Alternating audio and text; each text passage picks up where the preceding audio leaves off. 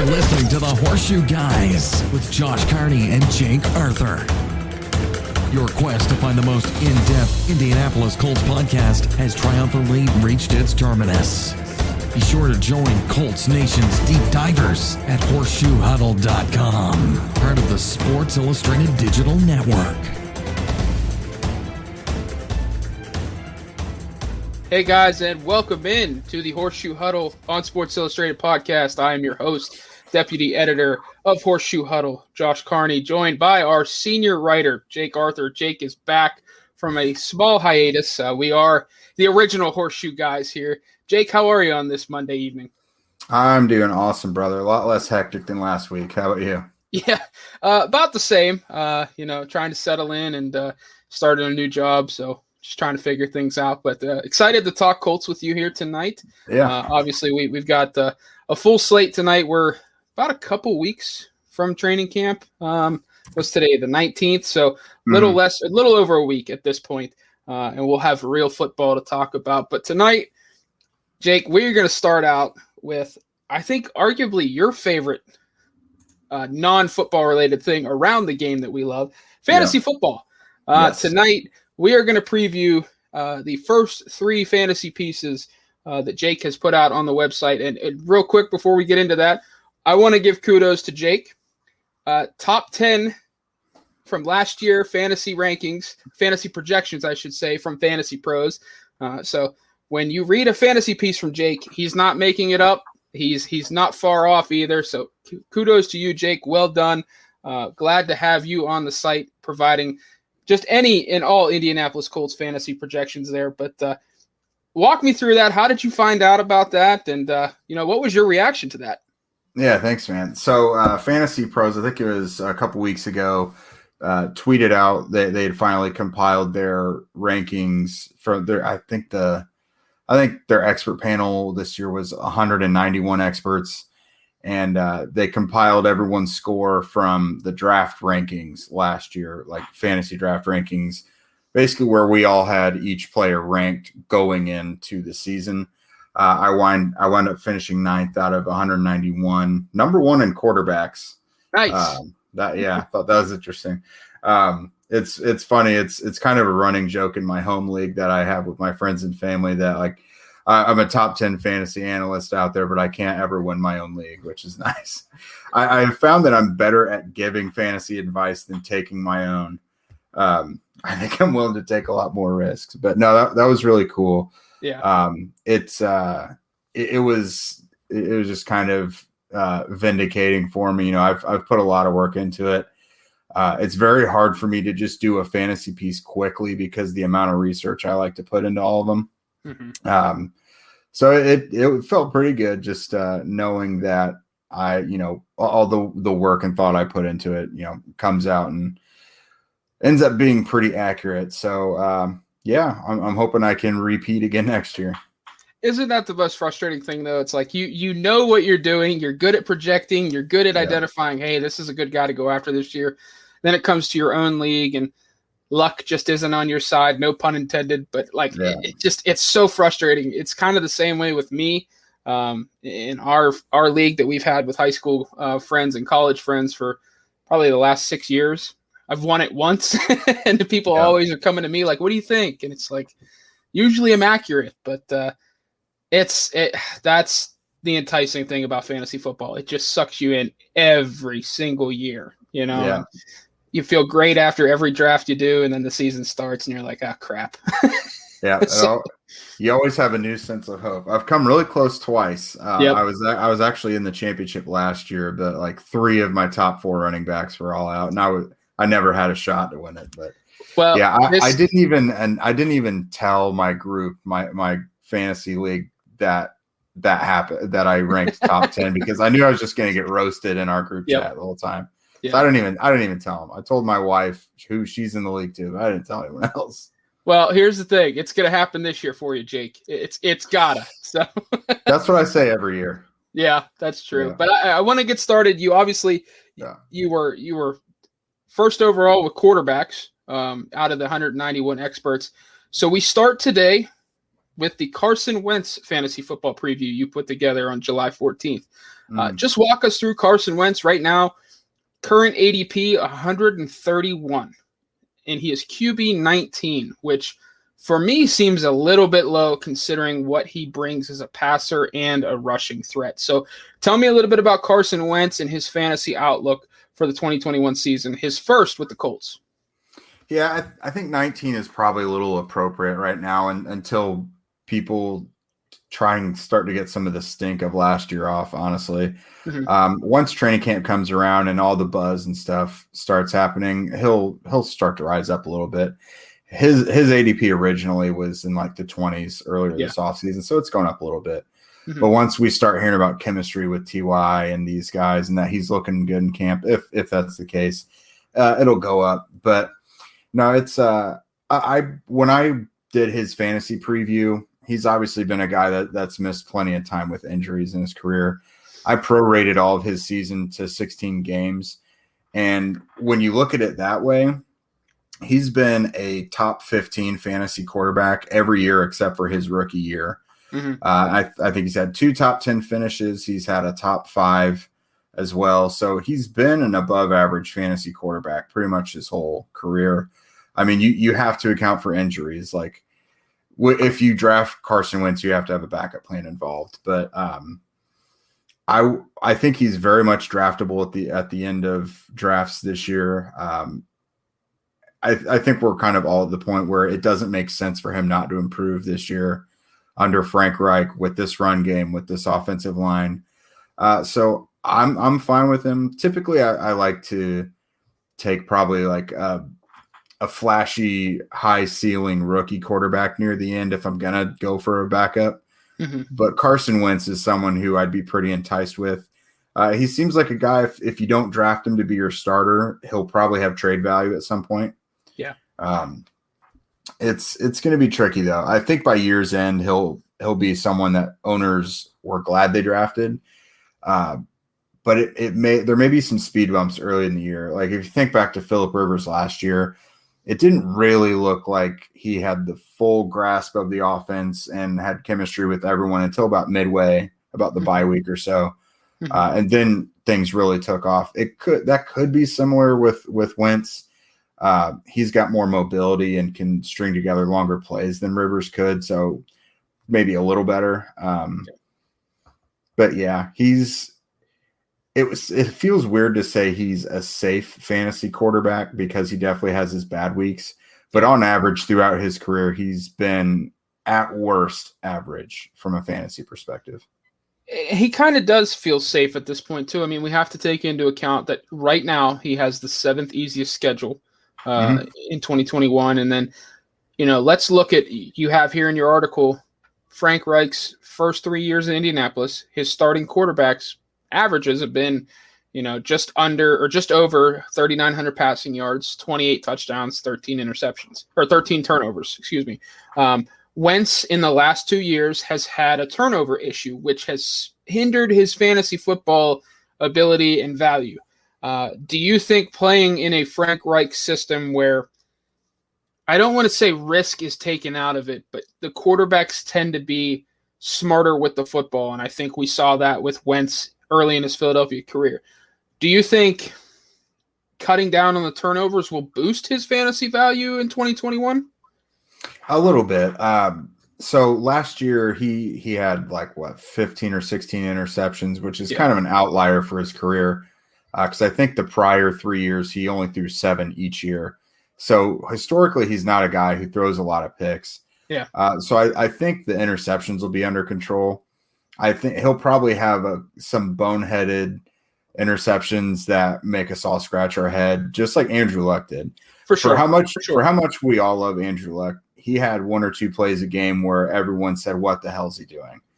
And Carson has a bit of that too. So there will be some of those. I think his big concern is the fumbles. Yeah. Because he's had fumble numbers over the last few years that are as much as some guys throw interceptions. And it's not okay because he's going to have a good offensive line, but he's still going to get sacked occasionally, and he's going to have to take care of the ball when that happens. So I think they know that about him, obviously. and especially last year really shined a light on that. So I'm not really concerned about interceptions as much as I am ball security when it comes to sacks. So right now, just his average ADP, as we talked about, is 131, QB 19. Is that kind of where you're at, or is that the consensus that you found? No, that is, I would agree that's kind of industry standard right now, and I'd probably agree with that. I don't have my initial rankings really out yet, but that's about where I would have him. Okay. Again, I'm probably more confident in him this year than a lot of people are. So I'll probably wind up having him a little higher. I typically do with Colts players just because I know them more than these other guys do. Yes. But yeah, I'll probably have him in the 15 to 12 range if I had to guess. So let me ask you this. Let's take these into account. Who would you rather have in fantasy football this year? I'll give you some names, either or. You tell me who you'd rather have. Ryan Fitzpatrick or Carson Wentz? Ooh, Carson. Baker Mayfield or Carson Wentz? Ooh, man. That's a tricky one. I'll go. Ooh, man. I'll go with Baker by a nose on that one. I'll tell you why I'm asking that here in just a second. Yeah. Tua Tagovailoa or Carson Wentz? That's Carson. I'll go with Carson on that one. Daniel Jones or Carson Wentz? Carson. Okay. So you took Carson 3 out of the 4, right? Yeah. According to Fantasy Pros, Ryan Fitzpatrick is QB 17. Baker Mayfield, QB 18. Carson Wentz, QB 19. Tua, QB 20. Daniel Jones, QB 21. So that's right around the area you're getting. You've also got names like Ben Roethlisberger of the Steelers, Derek Carr of the Raiders, Kirk Cousins of the Vikings, all in that area. And that's tier 4 in a sense. Then you have some rookies like Justin Fields and Trey Lance, and then some fringe starters depending on situation in Sam Darnold in Carolina and Jameis Winston in New Orleans. So safe to say, I mean, you've said before you would take Carson Wentz as kind of that backup rather than one of those high ceiling rookies. So, and that checks out, and I'm in agreement with you. I like Carson Wentz a lot. I think it's going to be a good bounce back year for him. I don't think he's going to be MVP caliber or taking the league by storm again, but he's going to be good non-fantasy and in fantasy for the Colts and for owners in general. So a lot of fun. Jake, you did a great job on that piece. I wanted to transition to Jonathan Taylor, second-year running back coming off a 1,000-yard season. Current ADP, 6.0, meaning he is the 6th overall pick in fantasy drafts right now. Interestingly enough, he's running back 7. So that obviously doesn't fit together perfectly. It all works out to averages, basically. Yes, usually, yeah. yes. But he has the 4th easiest strength of schedule for a running back when it comes to fantasy football. So you wrote here you do have some concerns about timeshare, though, with him. Walk me through that just a little bit from a fantasy football perspective. Yeah, so he was, I'd have to look at it again, but he was a top 5 or so running back last year in fantasy, I think number 6 or so maybe. Yeah. I see that finish pretty similar to this year. It kind of goes hand in hand with the thing I wrote over the weekend where he was given really good betting odds to lead the league in rushing. Yep. I think the only thing really holding him back from something like that is the timeshare. Now, I think he's going to be easily the top dog in there. I shared some stats in there where he was like, for those who are concerned about the same thing, last year it was the same cast of guys, save for Marlon Mack, but he's coming back from an Achilles injury. He led the all running backs in snaps and touches by like a huge margin. So yeah, other guys did see the field, but it was Jonathan Taylor's backfield, and I see that still being the case. Yeah. But if we're talking about like a top 3 finish or something, that's what I think the timeshare takes away from that. Because there are going to be times probably where Nyheim Hines, we all love him, but Frank Reich loves to give Nyheim Hines the ball inside the 5-yard line. We don't know why. That's going to take a couple touchdowns away from Taylor. Marlon Mack will probably get some goal line work as well. There's just going to be times where all fantasy owners want Taylor on the field, and it's going to be another guy. That happens. It just does. Yeah. So that is where the timeshare for me will become a concern. The overall sense of the season, not worried about it at all from a fantasy perspective. I do still see him finishing in that RB 5, 6, 7 area in fantasy. I'd be totally comfortable taking him there at 6 or 7 in the first round. Yeah. But yeah, I don't think he's going to finish as like RB 1 or 2. Yeah. You mentioned those the touches and just the timeshare in general. I just wanted to add some context to that. You wrote here, Taylor dominated the backfield snaps and touches as a rookie, outpacing the next closest backs by 168 snaps and 116 touches. Just monstrous numbers. And that's with the, I think, 2 games where he was kind of in the doghouse. And right. Then he missed the game on the COVID list. Yeah, he finished running back 6, and he basically lost 3 games worth of production in a run-first offense. So you know that obviously the Colts lost Anthony Costanzo at left tackle, but they've done what they could to fix that. They returned 4 or 5 starters on the offensive line. They have a new quarterback in there who brings some mobility. They have weapons on the outside. Paris Campbell being healthy could be huge for this running game. Do you think people are a little too low on Jonathan Taylor, or is it still that timeshare is the issue?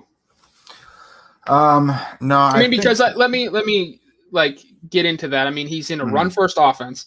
He closed the season in impressive fashion. And I think the Colts might be able to do a little bit more offensively through the air that could open up the middle of the field for this rushing attack. Like, it just feels like the fantasy community in general is a little bit low on Jonathan Taylor. Yeah. So what's odd is the individual analysis I've seen from other fantasy analysts is probably too low on him. But the averages, the ADP and the rankings are fine. RB7 may be a little low, but I'm going to wind up with him somewhere between RB5 and 8 probably. So it's fine. Yeah. But again, individual analysis I think has been a little harsh. I've read like 3 or 4 things lately when guys are compiling their lists of like, don't touch these guys because of their ADP, or like guys you're going to want to avoid. Jonathan Taylor has been a fixture on those lists of like, that's crazy, early round picks to avoid. And yeah, I think that is nuts because with how shallow the running back position is in fantasy, I mean, with receivers, you can go find a productive guy in the 4th, 5th, 6th round. If you don't get your running back in the 1st or 2nd round, there is just a massive drop off. Yeah, good luck. And Taylor is going to be a true RB1 in fantasy with numbers that fully support it. So. Unless there's a guy like Alvin Kamara or someone on the board when I'm picking, I'm hammering the draft button if Taylor's on the board. Yeah. You also wrote in the preview, like, he got some cheap yards against some bad defenses. But you know what? What running back doesn't take advantage in those situations? Yeah. In fantasy, you don't care who the opponent is. Right. If they have a big game. Like, I don't care that Taylor had 253 rushing yards against a bottom 5 rushing defense. Like, cool. That probably won me the championship if I was still playing that late. Like, I don't care. So, yeah. So what I said about that is, so there's having good games against bad defenses, and there's destroying them and being historic. Yeah. He had 150 yards and 2 touchdowns against the Raiders and looked excellent. 253 yards against the Jaguars and another 2 touchdowns. That performance against the Jaguars was the Colts' best rushing performance ever. They've had Edgerrin James, Marshall Faulk, Eric Dickerson, Dominic Rhodes, Joseph Adai. They've had really good running backs. Lenny Moore. That was a historic performance. Yeah, and if you want to take something away from him because it was against the 1-15 Jaguars, like, go ahead. That's on you. Like, fantasy-wise, I don't care. Because, like I said, if I was playing that late in the season in a meaningful game, chances are I cruised to the title because I had Jonathan Taylor in my lineup. Like, I will never care about who he played against if he has a big game. So just the 253 yards and 2 touchdowns right there is 37 points. And I forget if he caught anything. So, yeah. And that leads me to my next question. Do you think he's being dinged a little bit in terms of the overall rankings because he's not much of a pass-catching threat? I don't think so, because I think he debunked that last year. He caught all but one target through like the first 14 or 15 weeks, and he didn't even have a drop until week 17. Yeah. So he had terrific receiving numbers. That was a huge knock on him going into last year. But I think he just totally disproved that. So like we did with Carson Wentz, I want to play either or. Okay. So I'll give you some names. You say if you want this guy or Jonathan Taylor. Saquon Barkley or Jonathan Taylor? God, that one is tough, but probably Saquon. Okay. He's a bigger part of that offense. He's going to be more of a pass-catching threat. He's just not going to have to share the ball as much as Taylor is, but those guys will probably be right next to each other in my rankings. Alvin Kamara or Jonathan Taylor? I think I know where you're going here. Kamara, same thing. Yeah. Okay. Yeah. Nick Chubb or Jonathan Taylor? Very similar here. These two have like an identical situation pretty much. And they're identical skill sets too, pretty much. I think I'd have Taylor because it just makes more sense for him to get more work inside the 5. I know I said that Reich is going to take snaps away from him in the 5, and he is. But Nyheim Hines and Marlon Mack aren't Kareem Hunt. Like the Browns have to find ways to get Kareem Hunt involved because they have two excellent RB1s basically. Yep. The Colts don't have that same problem. Like they love Nyheim Hines and Marlon Mack, of course, but Cleveland has to figure out more ways to get Kareem Hunt involved. So I think that's kind of the tiebreaker there. Last one, Ezekiel Elliott or Jonathan Taylor. That to me is the toughest one because I think I'm going to go with Zeke. That's where I'm going. I think Zeke is another guy who's been wildly disrespected over the last year or so. Yes. Sure, there's the contract and everything, but like, do we not remember what Zeke has done in his career? He's a 2-time rushing champion. Like Zeke is the real deal. He's not just like a scrub. That's going to be another one that's close for me. Here's the thing. I mean, Dak Prescott's coming back. They are loaded offensively. Zeke gets 2 all-pro caliber linemen back this year. I think I would probably pick Zeke early in the first round. And plus, I know it doesn't matter much to most observers, but if you've seen some of his workout videos lately, he looks like he's in the best shape I've ever seen. Even going back to Ohio State, he looks slim, rocked up. Like he looks great. And he's got a lot to prove. So I think I would buy in heavily on Zeke. I agree. I think the fantasy community just wants so badly to make Tony Pollard happen. And he's a really good player. And on another team, I think that would happen. Yeah.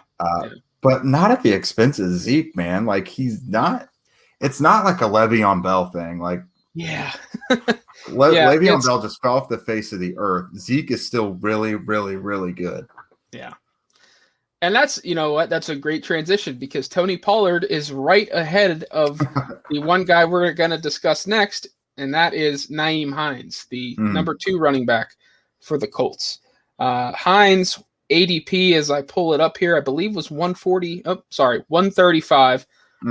Running back 47.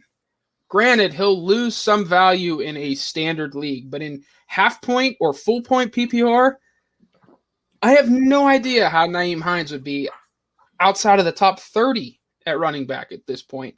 Where are you at with Nyheim Hines? And just kind of give us a little bit of a fantasy outlook for him this season.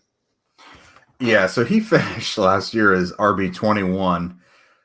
So nothing has changed so drastically on the Colts to explain that big of a drop. Like it doesn't make sense. He's their main pass catching back, and in his 3 years, I think he's caught balls in the 60s, high 40s, and 60s. He's had more receptions for a Colts running back in their 3 years than anyone ever. I do think a little bit of his running production is going to be shaved off because of Marlon Mack, but I don't think his passing will because of that. Now, if his passing numbers or his receiving numbers do go down, I think it's because Carson Wentz isn't as much as a running back dump-off guy as Andrew Luck and Phillip Rivers were. Mm-hmm. Those two guys, they wanted to get the ball to the running backs because they knew they knew what they could do after the catch, and they've both just been that way their whole careers. Now, Wentz hasn't been like that in Philly. It's a huge part of the Colts offense because Nyheim Hines led the team in receptions last year, and then Jonathan Taylor added another 35 catches to it. So they want to get those running backs the ball. I don't see why that game plan would change when he just had the best season of his career. Mm-hmm. Let's see it. He had there was some big stat I was looking at, but yeah, it was. I don't know. I don't think he's going to be RB21 again, but it's not going to be RB47. I think probably something closer to 30 makes more sense. Yeah, and you pointed out in your article he led PFF in receiving grade for running backs last year. He beat Alvin Kamara by 2 full percentage points. Yep, and Austin Eckler and really all the well-known here's the names. Alvin Kamara, James White. I won't mention Latavius Murray or Chris Carson because I don't really view those two as pass-catching backs, but Austin Eckler, Rex Burkhead, Chase Edmonds. Hines was great last year. And, when I read your story this morning, I was like, running back 47. If I can get him at running back 47 in my draft, I am racing outside, screaming to the high heavens how excited I am. I think he's probably in the running back 25 to 28 range this year. Yeah. I do think there's going to be a concerted effort from Carson Wentz early in the year to buy into checking the ball down or finding, Taylor or Hines out of the backfield just to get that ingrained in him because let's be honest, he didn't really have pass catching backs in Philadelphia. I'm just being fair there. As much as I like Miles Sanders, not much of a receiving threat. I don't know that his value is diminished that much going from Phillip Rivers, who made guys like Darren Sproles fantasy relevant in their career. But I do think that they're still going to be a big part of the receiving game. And I think, like I said, Wentz is going to make a concerted effort to check the ball down and find them across the middle. Do you think Hines is going to have as much of an impact in the run game with Marlon Mack back, or do you think this is more of a Hines is the third down back, pass catching threat, punt returner? Do you think he loses some value as a rusher? Probably a little bit, if I had to guess. I really want to wait and see what Marlon Mack's role is, but I can't imagine they would have re-signed him if they didn't want to give him the ball. Right. I don't think it's going to be some big timeshare between Taylor and Mack. Mm-hmm. I think Mack might get 5 carries or so a game, maybe. Because, a lot of people have kind of fought me on the Taylor versus Mack thing. And do you really think they're going to give Mack some big workload coming off an Achilles? They probably want to let him rehab his image a little bit going into free agency next year. They probably don't want to wear him down. But yeah, I do think Mack is probably going to have a direct effect on Hines rushing. Yeah. Not as a pass catcher, but as a rusher a little bit. But at the same time, when I was looking at Hines' game log, I think I said before the bye week, he only had 1 or 2 games above 5 points in fantasy. Yep. But then after the bye week, he had 5 or more points in 9 of the 10 games. Yes. So they started to involve him a lot more after the bye week. So that could be a sign of things to come. We know his role as a pass catcher. That makes me feel safe about him. Mm-hmm. But I've got to think that Mack is going to eat into his carries at least a little bit. Yeah. So we're going to do this game again. I kind of enjoy it. Right on. Buffalo's Devin Singletary or Nyheim Hines? Hines, because I think if Zach Moss takes off, then it's off to the races there. Yep. Guy we mentioned, Tony Pollard or Nyheim Hines? Hines, because Okay. again, I don't think Tony Pollard really happens unless there's a Zeke injury. I'm going to group these next three because they're pretty darn interesting. Mm-hmm. So stick with me here. Tariq Cohen in Chicago, Alexander Madison in Minnesota, or Philip Lindsay in Houston, or Nyheim Hines. Man. I Who am was the first avoiding one the before Houston. Madison? What's that? Who was before Madison? Tariq Cohen. Tariq Cohen. Okay. I am avoiding Man. the Houston backfield entirely in fantasy because they Yeah. have about Well, 19 running backs. Yeah, I was going to say they have 45 somewhat fantasy relevant running backs, even though Right. Philip Lindsay is probably the best of them all and should get the lion's share of the carries. He's Yeah. got 9 other guys to defeat there. Yep. I'd say Cohen and Hines together. Cohen is coming off a major injury. Man, probably Cohen. Fair. And with Andy Dalton there, maybe that's his Giovanni Bernard kind of. Maybe he Could gets be. even more receiving work. I've That's got to kinda give where I that to was. Cohen by a little bit. Yeah. Just for clarity's sake, Nyheim Hines is 47, according to Fantasy Pros. Philip Lindsay, 48. Alexander Madison, 49. And Tariq Cohen, 50. So I think they're all very close there. I would go Nyheim Hines over Cohen slightly because I still don't trust a Matt Nagy system. So that's where we're at. I know. That's yeah. So that will do it for the I'm right fantasy there with talk. Yeah, that will do it for the fantasy talk tonight. Jake will have a number of fantasy pieces coming this week. Like, I wish I could give viewers just a sneak peek of the back end of Horseshoe Huddle. Zach had an interesting tweet the other day, and it's just like, you think you're doing something, you look, and Jake has 15 articles lined up ready to go. So you fantasy guys, stay tuned for that. Jake does a great job. I want to transition into, I call it real football. Just it's stay with me here. The Colts offensive line, according to ESPN's pass block win rate, are projected to finish in the top 10. For those of you saying, what the heck is pass block win rate? Kind of sounds exactly how it says there, or is exactly how it sounds there. It measures how often an individual player or team sustains their pass blocks for at least 2.5 seconds. And that's all from player tracking data from NFL's Next Gen Stats. The Colts last year, shockingly, finished 12th in the NFL with a 60% pass block win rate, which finished behind, I thought this was a typo, but it was accurate. They finished behind the Philadelphia Eagles and the Las Vegas Raiders in that category. I don't see how. I don't think the Colts had anywhere near as close to as many issues in pass protection last year as the Raiders and the Eagles. But I don't do the analytics. I found it very interesting. But this year, Jake, they are projected to finish 9th overall with a pass block win rate of 61%, which would obviously be an increase from 2020. For me, that's interesting because you lose Costanzo to retirement. Sam Tevi's probably going to replace him to start the year for at least the first 6 weeks. And then Eric Fisher comes in.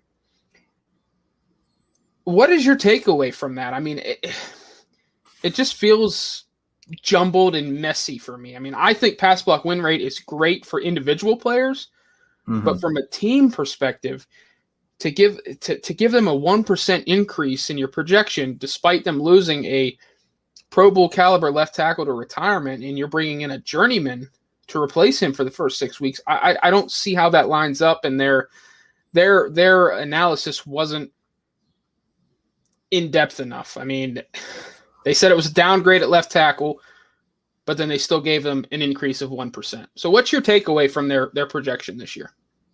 Yeah, that's kind of interesting because I'll be honest, the Colts offensive linemen are really most well known for run blocking. Not that they can't pass block. Like, I don't think Braden Smith gave up a sack last year. Ryan Kelly has been really good in that department as well. Obviously, Quentin Nelson. But like you said, Sam Tevi is probably going to be out there for a bit. Eric Fisher, is he going to struggle with mobility, like speed rushers and things like that with the Achilles? I don't know. Mark Glowinski has shown to be, he can have his warts. I don't know. And I'd also like to know how quarterback factors into that as well, because it was holding blocks for 2.5 seconds, right? Yep. Yeah, I'd like to know how quarterback play, goes into that, because does the quarterback escaping a clean pocket or just scrambling around beyond 2.5 seconds, does that affect it, or does it only work within 2.5 seconds? But no, see that's a great point, Jake, because like most of I cover the Steelers as well, and the Steelers last year got rid of the ball 2.5 seconds or quicker historically at a historic rate. Mm-hmm. They finished 28th in pass block win rate. So it's how do quarterbacks factor in? How does it work? How do you grade someone or track that if they're not holding the ball for 2.5 seconds and you're not sustaining your block? So it's very strange. And just to read off here, I mean, Eric Fisher finished 36th last year for left tackles. Quentin Nelson was 3rd in pass block win rate. Ryan Kelly at center was 18th. Mark Glowinski was 49th. And Braden Smith was 30th at right tackle, which I wrote was shockingly low for a guy that didn't allow a sack and gave up very few pressures. Right. So I don't know, Jake. It's cool that they're in the top 10, but how much weight do we give that with this group? I mean, the Browns have, in my opinion, the best offensive line left to right in football from a rushing attack perspective, but they're projected to finish first in the league in pass block win rate. Last year, the Packers led the league at 74% pass block win rate. And they have Aaron Rodgers, who extends the play like crazy. Right. So it doesn't make a lot of sense. I think there's a lot that needs ironed out, but I found it fascinating that the Colts were 9th. So kudos to the Colts. I mean, well, obviously we have to see how it plays out on the field, but I think I'm with you. It's there's a lot of questions that come from it. Yeah, I think we'll know from watching the Colts throughout the year whether a lot of those sacks should be attributed to Wentz or the line. Yes. Yeah. And our colleague Zach Hicks just recently did a piece on Carson Wentz, how much his teammates in Philadelphia let him down, his supporting cast. And he also did a sack breakdown piece of these went to Carson Wentz, this went to the offensive line. This was just a whole team thing. So check those out at the Horseshoe Huddle. But real quick, Jake, before we get into the next one, I just wanted to tell the viewers on YouTube and on Facebook Live, you can drop a comment below or ask us a question. We will answer them at the end of the show. Please feel free. Anything and everything. You want us to talk about something, shoot us a message. We would greatly appreciate it. But this one is going to be fun and could take up some time. So the Colts last week put out one of those, I don't even know what to call it. But basically it was build a Colts team, an ultimate Colts offense using just $15. And it went by position of quarterback, running back, receiver, tight end, and where is their tweet? This makes for great radio. I did an article on it last week for anyone who wants to follow along. Yep. The tweet so below. It is quarterback, running back, offensive line, wide receiver, and tight end. And it went $5, $4, $3, $2, and $1.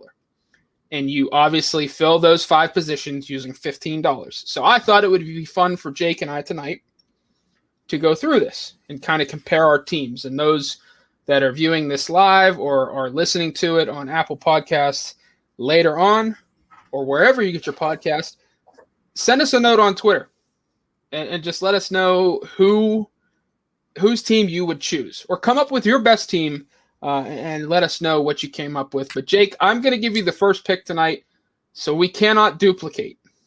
Okay. Or do you want to duplicate? I'm fine with it, but no, that's all right. Yeah, let's go pick for pick. Let's do it. Okay, so we're not going to duplicate. So Jake, you're going to start it off. I will give you the first pick in this draft. All right, we going by position first? Yep. Okay. So I think Andrew Luck at $3 is a real nice bargain. So that was my quarterback, Andrew Luck, for $3. That's not to say Peyton Manning isn't better. I think Peyton Manning's the best quarterback of all time. Yeah. But for $2 less, I get to have Andrew Luck, and it means I have that extra money to spend elsewhere. Yep. Because Luck's not such an enormous drop-off. So I'm taking Andrew Luck for $3. All right. So I'm going to take Peyton Manning. I am a huge Manning stan. I love that guy. I will go with Peyton Manning and spend the premium money there. So we are on to running back now. And just to give you, so we'll go back really quickly. Quarterback, $5 was Peyton Manning. $4 was the great Johnny Unitas. $3 was Andrew Luck. $2 was Jim Harbaugh. $1 was Burt Jones. Obviously, Jake took Andrew Luck for $3, so he has $12 left. I took Peyton Manning for $5. I have $10 left. Running back, $5 is Edgerrin James. $4 is Marshall Faulk. $3 is Eric Dickerson. $2 is Lenny Moore. $1, shockingly, Jonathan Taylor has already made that list. Yeah. Who are you going with, Jake? Taylor for $1. For $1, you're giving me Jonathan Taylor. Wow. I mean, yes, he's not Edgerrin James or Marshall Faulk or Eric Dickerson, but like for $1, I can get Jonathan Taylor. Let's do it. You can win games with Jonathan Taylor. Yes, you can. Tell me you're not upset you didn't get to see Andrew Luck and Jonathan Taylor play together. Yeah, I'm upset that Andrew Luck is no longer Colt. I mean, that guy on and off the field was just a gem. But could you imagine a backfield with Luck and Taylor? Oh, how many Super Bowls would they win in the next 4 years? 1, 2? I'd like to say at least one, but yeah. I'm gonna go with Lenny Moore here. Okay. I'm just trying to save some money. Dual threat, well ahead of his time. I did consider Marshall Faulk here because Faulk was also ahead of his time. I think Faulk was Lenny Moore on steroids. Yes, and I think if Faulk played in this era, like this era right now, he would have shattered anything and everything Roger Craig ever did in San Francisco as a rusher and receiver. Like Faulk, I honestly, this may sound like hyperbole, I genuinely believe Faulk would have challenged for 3,000 all-purpose yards as a running back in today's NFL. I genuinely believe that. So I'm going to pass on him, though, and I'm going to go with Lenny Moore. So we will move on to offensive line. $5 is Quentin Nelson. $4 is Chris Hinton. $3 is Jeff Saturday. $2, I just lost power. We must be... Yeah. It got pretty dark. Yes, it did. It's back. I apologize. Where was I at? $3 was Jeff Saturday. $2 was Tarek Glenn, excuse me. Wow. Thrown off by the loss of power. And $1 is Bob Vogel. Are you going to go cheap here again? Yeah. Tarek Glenn for $2. You're getting a franchise cornerstone left tackle. That was Peyton Manning's left tackle. Easily one of the best left tackles of his generation. He was kind of like Anthony Costanzo. He was the victim of playing with where there was a bunch of other really good players at their position at the time. Mm-hmm. But make no mistake about it, Tarek Glenn was one of the best offensive tackles of that era. And I'm getting him for $2. You have used $6, sir. Wait for the skill positions. Here we go. I am going to go with the $3 option in Jeff Saturday. He was the signal caller up front for Peyton Manning, so I get to reunite that battery, and I will take him for $3. So just a quick run through. Jake has Andrew Luck at quarterback, Jonathan Taylor at running back, and Tarek Glenn at offensive line for a total of $6. I have Peyton Manning at quarterback, Lenny Moore at running back, and Jeff Saturday at center or offensive line for $10. so I'm a little limited when it comes to skill position, but Jake, you are up at receiver. I'm going big money now, and I'm spending my shiny $5 on Marvin Harrison, one of the greatest receivers in NFL history. Man, he could do everything. The guy was lightning fast. He could catch everything short, intermediate, deep. Had glue traps for hands. Just an incredible player to watch. So that is definitely my receiver. Yeah, glad to see he's in the Hall of Fame. I've gone back and done some Colts flashbacks And just seeing vintage Marvin Harrison catching passes from Peyton Manning, it's like we were so lucky to be able to see those guys. I mean, Harrison was absolutely incredible, ahead of his time as well. I think he definitely ushered in the pass-first offense with Manning, and I think that's even underselling it a bit. This is tough. I'm going to go with Reggie Wayne. I mean, that leaves me with $1, so my tight end pick is obvious, but I'm going to go with Reggie Wayne. I remember following along in that draft. The Colts needed a defensive piece in that. I believe it was the 2001 NFL draft. Yep. They needed a defensive piece. They lost to the Dolphins in the playoffs the previous year. They needed defense. Instead, they went receiver and added Reggie Wayne to an already loaded system. Reggie Wayne, fantastic route runner, great hands, was never afraid to go over the middle, just an elite weapon in an already loaded offense. So I've got Manning taking snaps from Saturday and throwing to Wayne. Is it 2006? That's familiar. I'm happy. And here you go. Last pick, tight end. Who are you going with? Yep, I'm going to spend $4 on Dallas Clark. You've got a do-it-all tight end who can move around. He can threaten the seam. He can line up wide. He can run and pass block. You're not missing anything with Dallas Clark. I think Andrew Luck would have loved Dallas Clark, and now he gets him. Yep. Yeah, Dallas Clark was one of my favorite players growing up. I loved him in Iowa. He was fantastic. Then he gets to the Colts, and he was so sure-handed and so reliable for Peyton Manning. I loved the connection. No gloves. Yep, no gloves, and I loved seeing 44 on offense catching passes. I obviously have no option but to go with Ken Dilger. I'll take it. That's not bad. No, pretty solid. Pretty solid second-round pick in 1995 out of Illinois. He had some decent years with Peyton Manning. Obviously, Manning came in and 31 receptions, and then 40 receptions, then 47, then 32, and then he left for Tampa Bay at the end of his career. Super solid across the middle, physical tight end, good blocker too. I'll take it.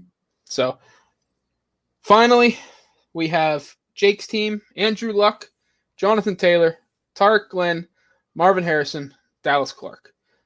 My team: Peyton Manning, Lenny Moore, Jeff Saturday, Reggie Wayne, Ken Dilger. Let us know in the comments who you think wins more games. I think Jake was very smart at the beginning.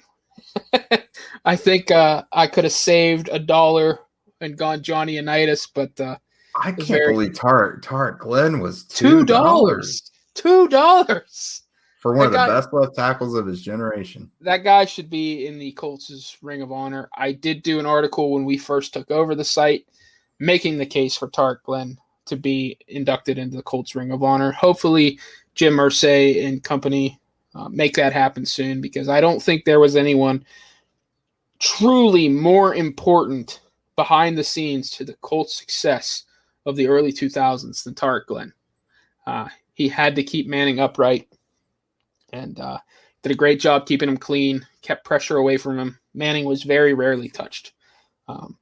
Who's your favorite pick on there? Would it be Tarek Glenn?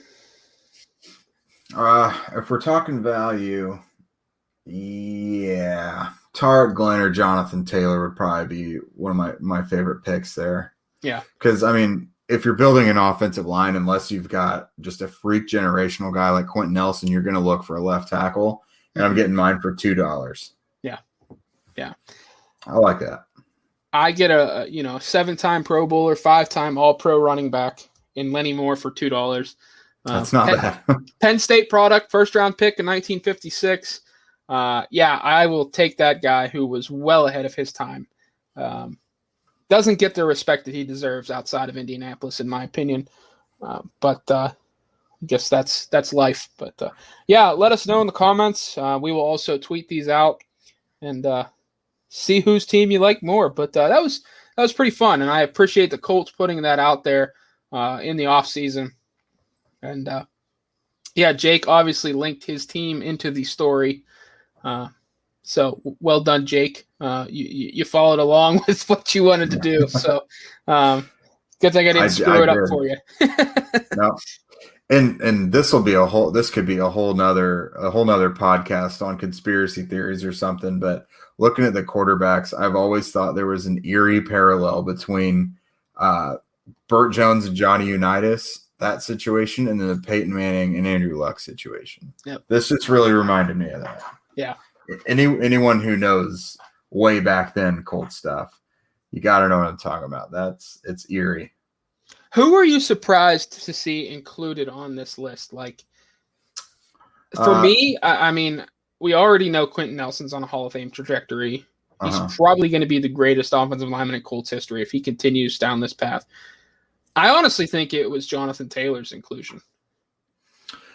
As a rookie, yeah, because you could have had Dominic Rhodes there. Honestly, you could have James Mungro. Or I was I was most shocked that Joseph Adai was not on there. I was too. I remember when I first saw this, I was like, "Oh wow, Joseph Adai's not on the list. That's interesting." And then Jonathan Taylor is. I mean, he did have the best single game rushing performance in team history, but he is a rookie. Bob Vogel's another. I mean, that's a dominant Baltimore era guy. Yeah. But you could have had Anthony Costanzo. I guess there's not a ton of terrific options for offensive line, and Colts hasn't always been the best mixture. But I honestly was surprised that Adai wasn't on there. I mean, obviously fell off a little bit from his first 2 seasons. Had 1,000 yards back to back coming out of LSU. Dropped off there big time. 1 season over 600 yards after that, but nearly 6,000 total yards, and he had 48 total touchdowns. I mean, to see him not included there for $1 was pretty surprising. I was also a little surprised Jack Doyle was there at tight end. For $3, yeah. Yeah, for $3 over Marcus Pollard, who we know was so instrumental in early Colts success. Very interesting. Heck, I would have liked to see I know I'm going to get killed for this, but I mean, Eric Ebron had one of the best seasons ever, in terms of receiving at tight end. I was surprised he wasn't on there. So they would have got killed for that. Oh, yes, they would have. I honestly think the 2 most addable players to that list would have been Joseph Adai, probably at $3, because Eric Dickerson was not with the Colts long. Yeah. And he's oddly also in the Ring of Honor. And then Dominic Rhodes is one of the biggest fan favorites in team history. He could have been the dollar running back too. Mm-hmm. Yeah. Yeah. Dominic Rhodes was the guy in Madden for me. Loved him on third downs. Pass catcher and a good run blocker, or a good pass blocker. Yes. I would be curious to see a defensive version of this come out. I want them to do that. That would be fun. That would be very fun. I would pay whatever it takes to get Bob Sanders. I don't care if he was $5. Give me all the Idris Bashir shares I can handle. Would he be like 50 cents? Maybe. Until Sanders came around, safety wasn't a real lucrative position for them either. Yeah. But no, that was fun. Hopefully we can put a bug in some of the members of social media for the Colts in their ear. I'm on it. Yeah, see if they can do a defensive one. It'd be a lot of fun. It would be a lot of fun. I would pay a lot for Rob Morris as well. So just being honest. But yeah. So Cato June would be my guy. That had to be June. Cato June would be one of my first picks. Yep. Oh man, I think I'd probably spend $5 on Dwight Freeney immediately. You have to. So you get Freeney, I'll get Mathis. There you go. That'll be fair. Yeah. Just put them both at $5 a piece. There, Colts, and we'll figure it out from there. Cornerback would be an interesting one. Who would you go with at cornerback? God, maybe Kelvin Hayden. his Super Bowl heroics. I mean, Yeah. Vontae Davis had a really good stretch there. And honestly, he's been one of the best Indianapolis era Colts cornerbacks that there's been. Mhm. But that may be their worst all-time Colts position is cornerback. You know who I would go with? Ray Buchanan. Marlon Jackson. Simply Okay. for the interception of Tom Brady. Like, don't care what else he did in his career. It would be that. Yeah, there should be a statue of him laying on the ground with Robert Mathis leaning over him. That's like a picture in the Louvre. I have it there's one of these posters in this room has it, but yeah, he was good in his role. I do wonder though. I mean, where would Kenny Moore come in? On honestly, that chart. Kenny is one of their best corners they've had. It'd be hard for me to not have him at least as the $3 guy. Yeah. That would be a fun exercise. But yeah, Bob Sanders, easy $5 safety. Yep, that would be it. But yeah, so let us know in the comments or tweet at us. Obviously, our Twitter handles are right there underneath our faces. Let us know what you thought of that exercise and give us your pick for your ultimate Colts offense. But Jake, not seeing any questions tonight, unless you had some come your way at this point. I have not. Let me double check. Okay. Don't want to miss anyone. Dun, dun, dun. Yeah, I know we didn't put out the call for questions today with the other topics we had. Nope, I'm clear on social. Okay. As am I. So that is going to do it for the Monday night edition of the Horseshoe Guys. We will be back Thursday. At least I will be back Thursday, either with Zach Hicks or Andrew Moore. And then Jake and I will return next Monday, which will be the day before the Colts report to training camp in Westfield, Indiana. So we will have much to discuss on next week's show. But as always, please follow, rate, and review the Horseshoe Guys podcast anywhere you get your podcast. Please send us a note on Twitter. I am by Josh Carney. Jake is at Jake Arthur NFL. Let us know what you think of the show, what we can improve, what segments you want to see cut. And yeah, just continue to support us. Follow us on Facebook. You can just search Horseshoe Huddle on Sports Illustrated. It'll be right there. Also follow us on Twitter at Horseshoe Huddle.